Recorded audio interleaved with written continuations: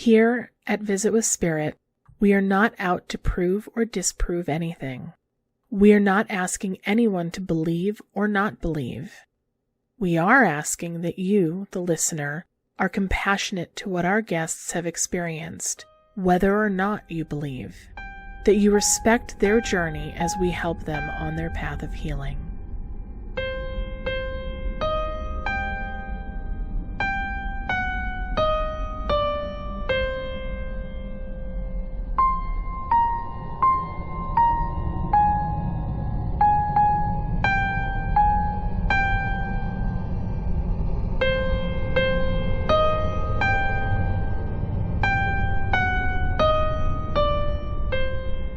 Welcome to Visit with Spirit, and we're here to listen to stories from those who have had a paranormal experience, as well as to help them process, understand, and feel good about it. Welcome, souls and spirits, to another episode of Visit with Spirit. I'm your host, Lisa. And I'm your host, JD. So Jay and I have had experiences of our own, and today we're going to talk about some of those experiences, and we both have chosen experiences that really stood out for us on our journey. So, Jay, if you want to start with yours, we can do that. You and I had been talking about this probably about 2 weeks ago when we kind of came up with this idea to share. And I really hadn't thought about this experience in a long time, quite a few years. I was probably somewhere around 10 years old. I'd had actually 2 experiences like this, but this was the one that really stood out and kind of shook me and my parents, because I am not a known sleepwalker. I don't think I had ever had any other experience sleepwalking, but it was probably about 6 p.m. So it was dark. It was middle of winter. So if you looked outside the window, the sun had already set. It was dark. I was in my mother's room, and we were having a conversation about how I was worried about my father, about, how he'd been in an accident, and that there was something that was keeping him from coming home. I forget the exact wording, because again, I was 10 and I am not 10 anymore. And I was just sitting on the edge of the bed, like, I had done a million times. And, I was really concerned. And, she was having full conversation back. So just normal back and forth conversation. Mm-hmm. I stand up to go to her, and I ended up falling. And I called for her. Like, I was kind of wondering why she wasn't there to pick me up, because she was like 2 steps away. Mm-hmm. She was like in the closet, I think, picking out a shirt, and I was at the edge of the bed. So 1-2 steps away, and I had fallen. And so I'm calling to her, and she wasn't there. And I'm thinking, well, where was she? She was literally right here. Mm-hmm. She came in from the kitchen and asked me what was going on. So she was not in there. We were not talking. Dad was not in an accident. Oh, wow. None of it was real. Yep. It felt as real as you and I talking right now. Mm-hmm. As real as this microphone that I'm tapping. And to this day, we don't know what happened. I was never prone to sleepwalking. I did not have lucid dreams. Mm-hmm. There was nothing to explain. I certainly not only welcome your thoughts and input, but if any of our audience members have an idea of what on earth happened.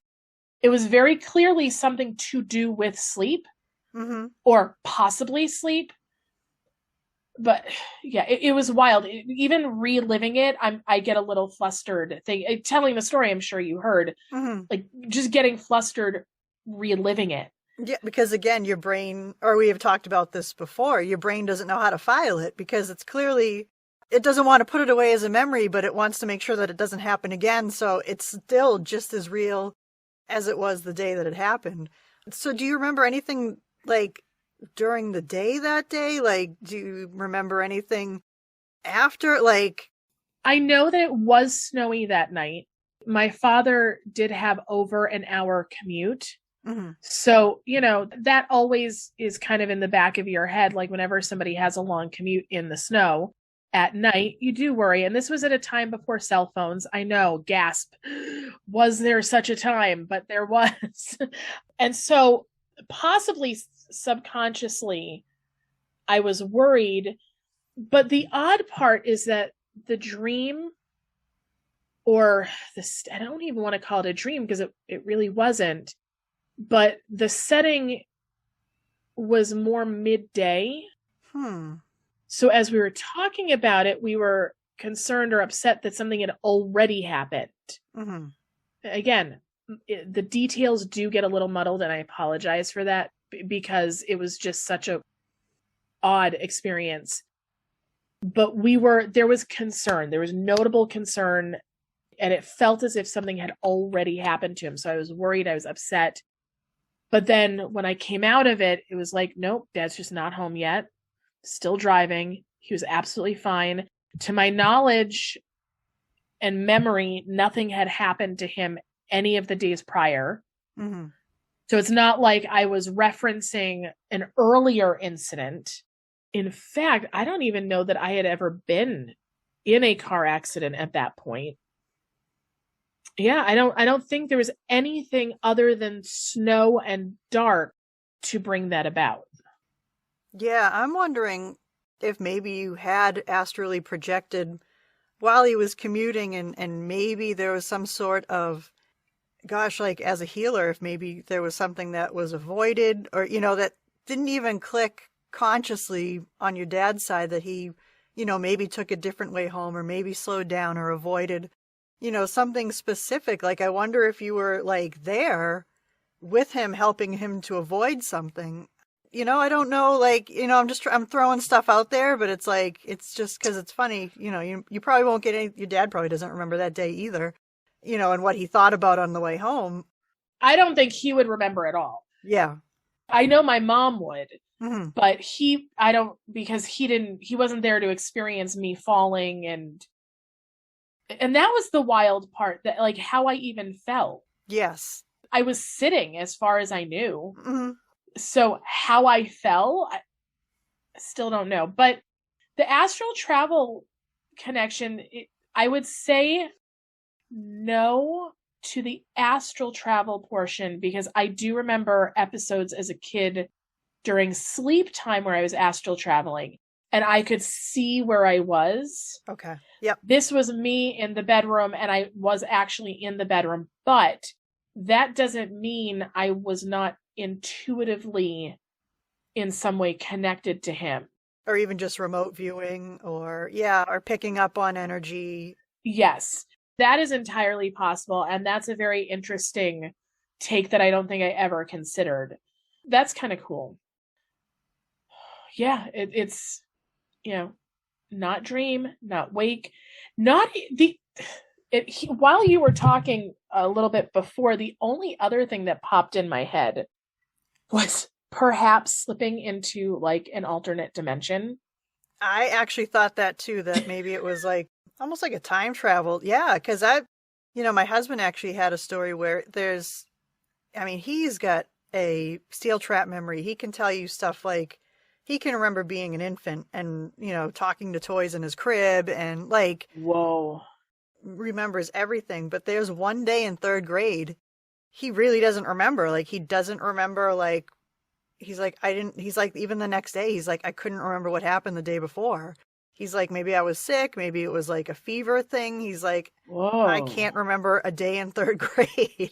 So yeah, there's definitely, that, I've even had dreams where I'm on an alternate timeline, or Yeah. I've traveled back, and, there's just those time slips. I think those would be really interesting to have on the show, because I've actually read stories where people would be traveling and they would stop in a town where it really was like a different time. Like, the people spoke differently. The currency was different. There were just things that were just off. And then they would keep traveling and they'd come back and try to find the place, and it was gone. So if anyone out there has had any kind of time slip or alternate reality that you want to talk about, definitely give us a call, because that's something that would be, an amazing thing to hear about.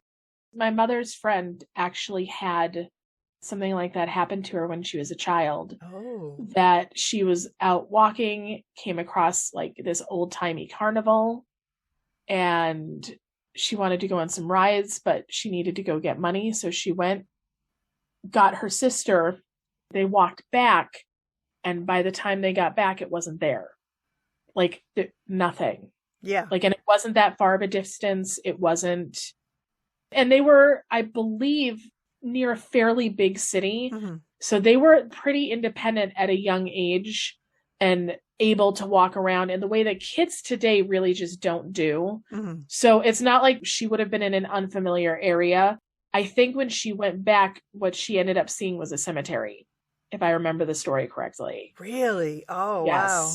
And it does kind of make sense because churches typically are known, I know in this area, are known for having carnivals. Yes, yeah. A lot of churches will have carnivals come because it's an attraction and it's a way to get people to the area. So cemeteries are usually nearby some sort of church or religious building. Mm-hmm. So I remember hearing that as a kid going, whoa, oh my gosh. But I have heard of like parallel universes or alternate timelines. And it could be that I just slipped into one. Mm-hmm. Yep. Again, I welcome any other explanations because I find it fascinating. There was only 2 other times, but those 2 other times were not as startling. Mm-hmm. As we're talking, like I remembered one other time, and it was just me doing something weird upon waking. Mm-hmm. But this, I don't ever remember falling asleep. Like the other 2 incidences, I knew like I was asleep, I had woken up, but there was no question that I was asleep. This time, I don't remember falling asleep. I don't even know what brought me into the room. Mm-hmm. Like if my mom wasn't in there was no reason for me to even be there. Mm-hmm. That is another kind of weird layer too. It's not like I just went and sat randomly in my parents' room. Like that. Yeah. I had my own room. Like I was going to hang out anywhere.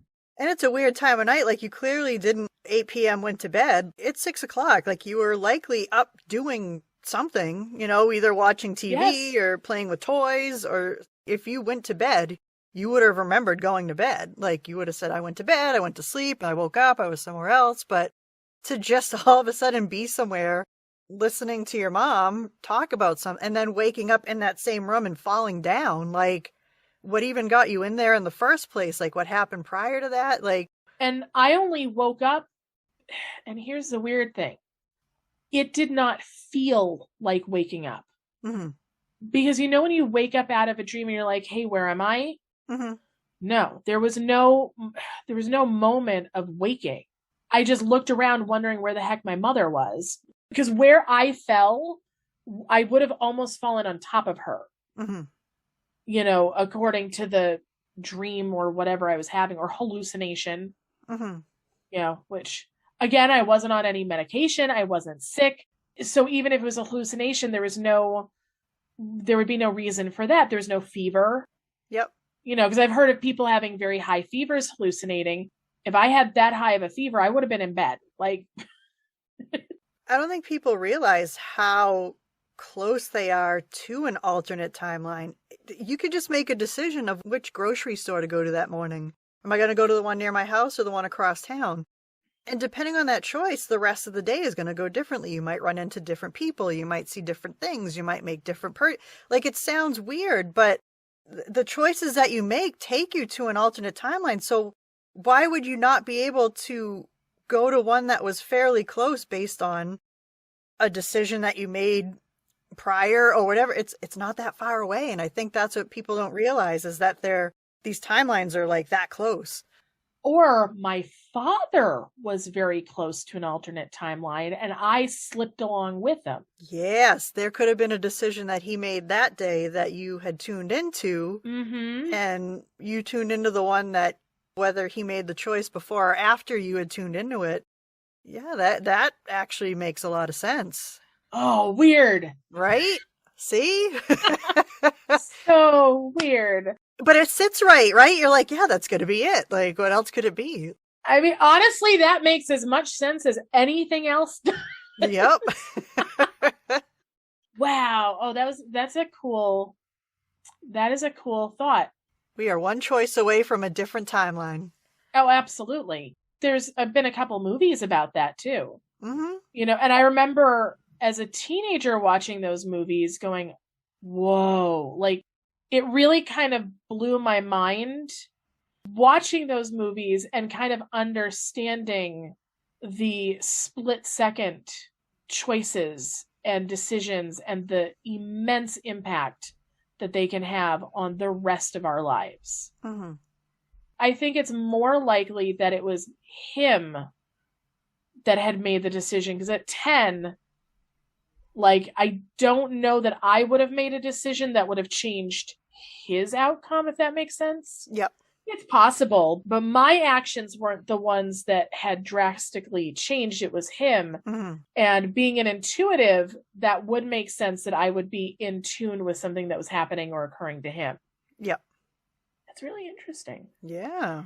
Now, you had an interesting story too when we were kind of talking and brainstorming. You brought up some hands behind your bed? Yes. Yeah. So the house I grew up in, industrial era housing, 1800s. So, by its own right, it had a lot of history to it. So my bedroom was in the back of the house. I had the twin bed backed into the corner of the room, and there were baseboards along the floor. So you couldn't quite put it up against the wall. There was like 3 or 4 inches behind there. Yes. And I remember the first time the hands behind the bed, I was about 4 or 5, and I remember because I had my favorite pink nightgown on, and the window in our room faced east, so the sun would just come in and just the beams of sunlight. I remember it being just a beautiful morning, and I stretched my arms behind my head, and I felt a hand grab my hand from behind the bed. Oh my goodness. So I pulled my hands away, and I remember thinking, well, that's weird. Like, my sister's sleeping across the room. There's like, nobody could fit back there anyway. So, more curious than afraid, I looked, and clearly there was nothing back there. And I didn't think too much about it. So over the years, my sister and I would swap, who slept where, whatever. I'd sometimes sleep on the top bunk of the bunk bed that was in our room. She'd sleep in that little twin bed. And so we would go back and forth. So I was back in that twin bed in that corner when I was about maybe 10 or 12. Again, just waking up, and I felt something come from behind the bed and tug on a piece of my hair. Oh. And I remembered the hands from before, and I was like, what is going on? And looked again, and clearly there's nothing back there. Nobody would fit back there. And so now, like, this is starting to freak me out a little bit, because I'm like, okay, what is going on in this corner of this room? I don't understand. So again, I just blow it off, because I'm like, okay, maybe I'm still dreaming. I'm at the point now where I'm trying to rationalize the things going on in this house anyway. And I'm like, all right, that wasn't that bad. A few years later, laying in bed, and this time I actually felt claws come up on top of my head and rake through my hair. Whoa. I was like, I'm done. Like, that's it. So after that, I slept in the middle of my bed, curled up in a ball, because I was so afraid of the head of that bed. My family didn't know. They're like, oh, it's funny. Lisa sleeps in the middle of her bed. They didn't know why. And then again, at one point, so I was sleeping in the middle of my bed, and I remember being so comfortable and so relaxed. I almost felt like I was floating. And I kind of felt that floating feeling. And I remember opening my eyes, and I'm looking at the floor, and hit the floor. Like, I don't even remember rolling over. Like, when you roll over, you know it. You shift. You feel your muscles moving. Like, I just fell. And my dad walked in. He's like, you okay? I'm like, yeah, I just fell out of the bed. And fortunately, because I was in the middle of the bed, I didn't hit my face on the bureau that was next to the head of the bed. Oh, God. But after I moved out a few years later, my brother stayed in that room and in that bed, and he had that same experience of just rolling and not feeling it. And he hit his mouth on the corner of the bureau. And he told me, he said, Lisa, for me to hit that, he's like, I would have had to be floating above the bureau to come down the way I did. And he said the same thing. He didn't feel like he was rolling. He felt like he Wow. was moving or just floating and just kind of fell. So that corner of that room just stands out so much, Whoa, I have goosebumps. right? Actually, it's strange as you were talking, telling this story. My house got a few degrees colder, and I'm sitting here shivering. Yeah. This is not like the chills, like the okay, and it's gone. Hmm. That is very weird. I just had a temperature change. We're gonna do a cleansing later. Yes. So we Woo, worked on this girl. before too, the stuff that happened in this house. You and I Yes, I have, remember. and any time that we've done the healing, the cords always go to that corner. And I know corners can be portals. Like that's where a lot of spirits go in and out of corners. Yep. So this was like corner of the room, corner of the house, back of the house. And so, yeah, it could have been a portal to something in the neighborhood. There could have been, something in that house. I never knew of anybody else having experiences in the neighborhood, but I also know that I'm a little more sensitive than the average person. So actually, no, I remember there was a story of the young boy next door used to see a ghost in his bedroom at night. Another story for another time. But yeah, old neighborhood, old houses, it kind of lends itself to some of that odd kind of stuff. Wow, that is wild. Mm-hmm. So I do agree with corners, not just as portals, but because corners are usually less accessible, especially when I go in and cleanse spaces, I find that spirits like to hide and duck in those corners because it's, even though they're not in the physical realm, there's still, I think, a feeling of safety. Basements and attics, too. There's a reason why kids are spooked about going into basements. Mm-hmm. One, there's usually a collection of random stuff, which energetically, it's a jumbled mess. Mm-hmm. Unless you have a remade basement and everything is hyper organized, super clean, and it's light and bright. Mm-hmm. But for most people, especially for those of us in New England, the basements tend to be dark and drab and a little bit damp. And it's usually where your collection of, stuff goes. Dirt floors. Yeah, dirt floors or just, cement floors. Attics too, again, collection of old stuff. Sometimes not even yours. Sometimes it's from previous owners, which is why I recommend if you ever move into a new house, you cleanse like the Dickens, both physically clean and spiritually clean, because you don't know what old energies you are picking up. Yeah, that is scary. So that corner, because my brother and sister only had one experience and they both involved me in that corner. So my sister's experience, I had a dream when I was about 17 or 18 that I was doing automatic writing with my grandfather while sitting up in that bed. And he was telling me some things that would be happening, fairly soon, relationship-wise, career-wise, whatever, just giving me some guidance. And the next morning, my sister said, it was really weird last night. I looked over from the bunk bed, she said, and you were sitting up and just staring at the wall. And she's like, I couldn't figure out why you were staring at the wall, and I kept saying your name. And she said after a few minutes, her eyes adjusted to the light, and I was also laying down. And it totally freaked her out because, again, there I am sitting up staring at the wall, but also laying down. She's like, I just turned over and went back to sleep. She's like, it freaked me out way too much. That is wild. That corner, I don't know. I don't know if it was me, if I was acting as some sort of a light for whatever, or if it was a portal there, or if there was something. I remember when I was a little kid, I would peel the wallpaper off that wall. And I would be convinced that there was something hidden in the walls somewhere, in that house. I was convinced there was a secret passageway or something buried in the walls. I don't know. I don't know if it was a little kid's imagination or what, but yeah, that corner. Honestly, with old houses, especially in a time before banks were popular, people would hide their money, hide their valuables. So if somebody hid their old jewelry back there, if somebody hid something back there, it's quite possibly that you were energetically picking up on it, or that there was a spirit tied to and protecting that corner. So they could have been protecting something hidden in that wall. People didn't go to banks back then. It was like you kept your worldly goods as safe as you possibly could. And I'm not saying that there weren't banks, but for the average person, they weren't necessarily using them. Considering the age of that house, it went through Great Depression, it went through post-war. So, oh, yeah. Yeah, there was a lot of different financial things that could have been like, nope, I'm keeping it here. It's not going in a bank because I know it's safe if it's here. Well, and Great Depression, for sure, they weren't going to trust banks at that point. Yep. So. Wow. Oh, my goodness. And I do believe we had done the healing on that before, but before we adjourn today, you and I will do some cleansing. Yeah, let's go through that. That'd be cool. Oh, wow. Yeah. That is some wild stories. I have only seen in TV shows or movies when somebody is sitting up but laying down. Mm-hmm. And the fact that you have had a firsthand experience with that is pretty cool. But what I think what she was seeing is that you were sitting up because you were talking to your grandfather.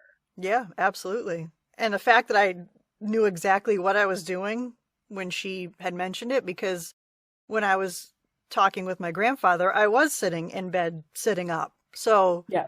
It was exactly like how my dream was exactly how she saw me in real life. So, well, sounds like cool. It wasn't a dream. Yeah, nope. I don't even know at that age if I would have known what automatic writing was. I think that's really interesting. I think it was something I had heard of, but not really, hadn't ever, tried or thought about. So, yeah, interesting stuff. Now, have you since tried automatic writing? I have. I've not had good luck with it, but I've done channeled writing. I just kind of sit back, relax, and I just start typing and I just let things kind of flow through. But I think when I do automatic writing, like the old-fashioned pen and paper, I think I try too hard, or, I miss something, or it's just a bunch of scribbles and I'm like, I don't know what this means, and I kind of give up. I do what I like to call spiritual dictation, which is similar to channeled writing. I worked with people who have done automatic writing, and I've attempted it, but I think I am too controlling to allow something to enter my body. Yes. And for the record, to those who are listening, I don't like that. I don't believe in it. They can talk to me in other ways.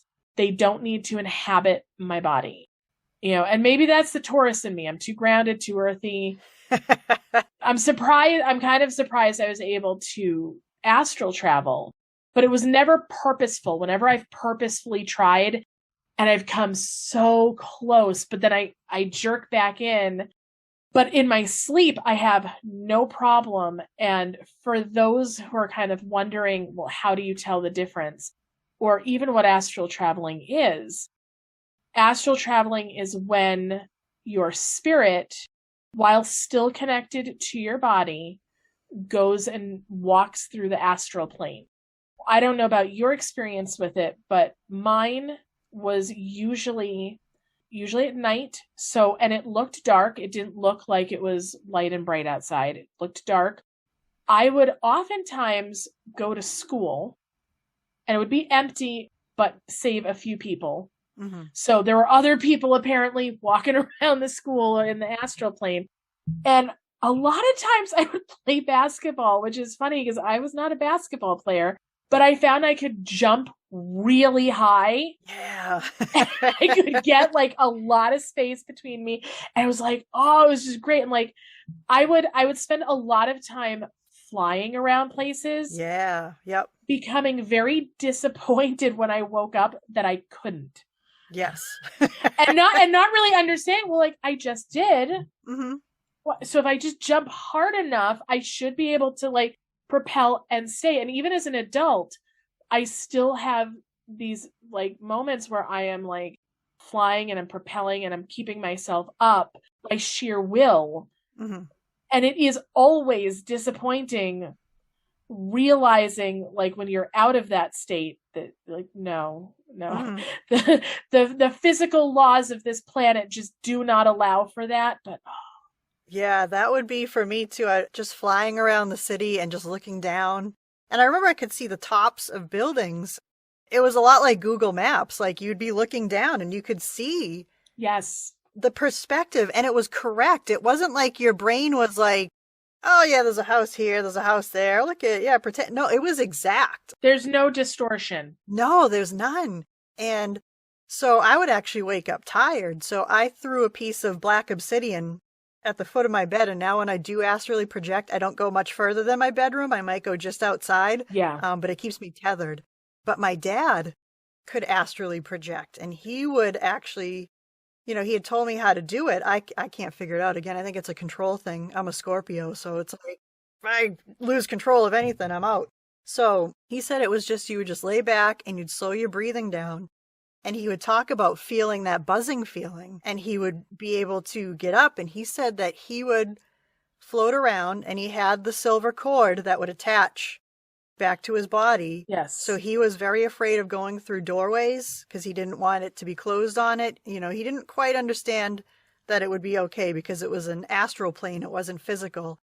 But he stayed close to his house, and he said that he would see spirits in the trees pointing him into a direction. And he said, I didn't trust where they were pointing. He's like, because I didn't want to not come back. And when he started having heart conditions, he stopped doing it because he was afraid he wouldn't wake up again. But he would totally do that. Like, he had no problem, like, just sitting back, relaxing, and going out on the astral plane. I can only do it on my sleep. I've never been able to figure it out in real life. So listeners, if you have been able to do that, we'd love to hear about that too.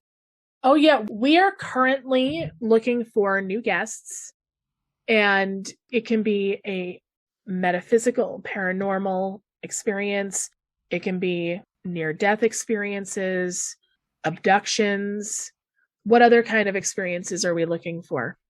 Oh gosh, if you've had prophetic dreams, if you've had alternate timeline experiences, if you have portals. I read the other day online someone was having a hard time closing a portal in their daughter's room. And my first thought was, it's extraterrestrial. We're open to anything, guys. Like, really, don't think that your story is so out there that we're not interested. If you want to learn more about it, share it, find a community, be able to let people know they're not alone, and for you to not feel alone. Absolutely. Like, nothing is outside of our realm. We are open to hearing all sorts of stories. So definitely contact us. And it's a reminder, too, that it's not just about sharing your story, that we will help you to process it, and any way that we can help you to heal and to cut cords, release energy. That is also what this podcast is about, that we are not just giving you that platform to share, which is healing in and of itself, but we are also here for you to help you to move forward from that experience. And it goes beyond you too. If there's a site, we will absolutely send healing to that site. If there's any connections, any spirits that need to be crossed over, we're going to help out with that too. So this is an all-encompassing healing. It's not, I don't want to say it's not just about you, but it's really your whole experience. Yes. Your experience, the location, the spirits involved. Like, we grab a whole snapshot of everything going on, and we tune in, we focus, and we send out healing and love and light to everybody, everything, and every place that's involved. Beautifully said. Thank you. Came out of nowhere. That's kind of how it works for us, guys. It just comes out of nowhere. We just roll with it. So yeah. For those who don't know, this is not scripted. Clearly, after you heard my lovely rambling going through my story, it is not scripted, but we try to keep things as natural and as organic to energetic flow as possible. And we look forward to having you share your stories and being part of your journey. If you do come on, we are going to be a small part of your journey. It doesn't end with us or end with the sharing. You may continue to release and to heal and to continue to share to help others. So reach out, contact us, and souls and spirits, we look forward to the next time you join us. Thank you, everybody, for tuning in. And until next time, may love and light surround you and your loved ones. Thank you for joining us today for our visit with Spirit. We hope you enjoyed listening. If you have any questions or comments, or would like to be a guest on our show, email us at visitwithspirit@gmail.com or find us on social media. Until next time, may love and light surround you, and come back again to Visit with Spirit.